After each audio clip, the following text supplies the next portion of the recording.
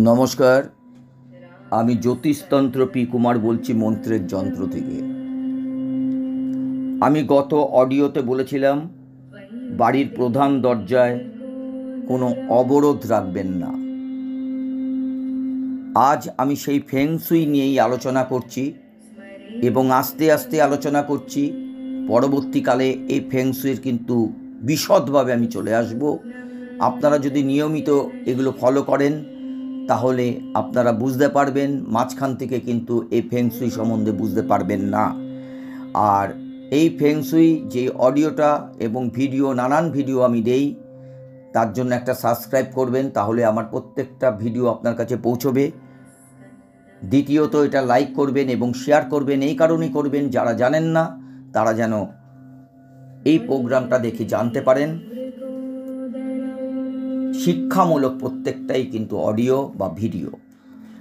তাই আজ আমি আলোচনা করছি কি, সদর দরজার সামনে কোনো জিনিসপত্র রাখবেন না। এই সম্বন্ধে সামান্য একটু আগের অডিওতে কিন্তু আমি বলে এসেছি।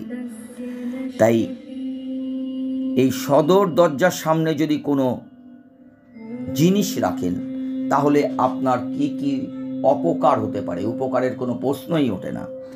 যেমন ফ্ল্যাট বাড়ির মস্ত বড় একটা দোষ, ম্যাক্সিমাম ফ্ল্যাট বাড়ির মস্ত বড় একটা দোষ, সদর দরজার বাইরে ঠিক উল্টো দিকে একটা দেওয়াল প্রতিবন্ধক হিসেবে কিন্তু দাঁড়িয়ে আছে ম্যাক্সিমাম ফ্ল্যাট বাড়িতে। এটা কিন্তু ঠিক নয়। কেন ঠিক নয়?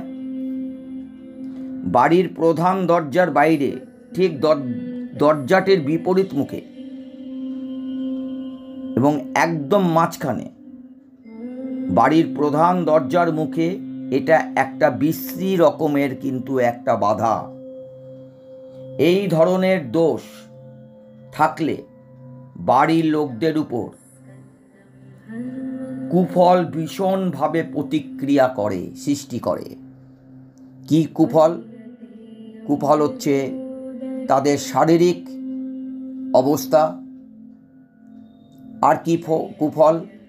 তাদের মানসিক অবস্থা। মনটা চঞ্চল হয়ে থাকবে নানান কারণে, স্থিরভাবে চলা যাবে না। থার্ড কি? অর্থনৈতিক। একটা অর্থনৈতিক ঝঞ্ঝাটের মধ্যে আপনার কিন্তু চলতে হবে। যদি আপনার ফ্ল্যাটের ঠিক সদর দরজার বাইরে ঠিক উল্টো দিকে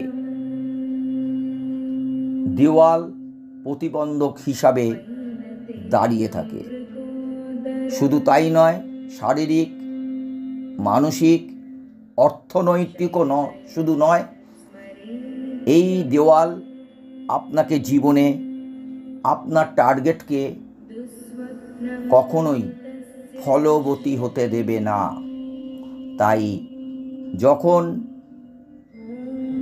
এরকম কোনো ফ্ল্যাট কিনবেন, এটা কিন্তু দেখে নেবেন। আর যারা যারা কিনে ফেলেছেন বা বসবাস করছেন, সেই ক্ষেত্রে ওই দেওয়ালে একটা কোনো আপনার পছন্দ মতো ভগবানের অনেক মূর্তি আছে, আপনি লাগাতে পারেন, বা কোনো গাছ লাগাতে পারেন, মানে গাছের ছবি। এইসব আপনি যদি লাগাতে পারেন তাহলে কিন্তু অনেকটাই এই বাধা আপনার জীবনে কেটে যাবে। তাই আমি পরবর্তীকালে আপনাদের আসব ফেংশুই নিয়ে যে আলোচনাগুলো করছি, সেই আলোচনার বিশদভাবে ভবিষ্যতে করব। পরবর্তী অডিওতে আমি আসছি। প্রধান দরজার সামনে যেন আয়না না থাকে। এই আয়না আপনার জীবনে দুর্ভাগ্যসূচক হবেই। নমস্কার।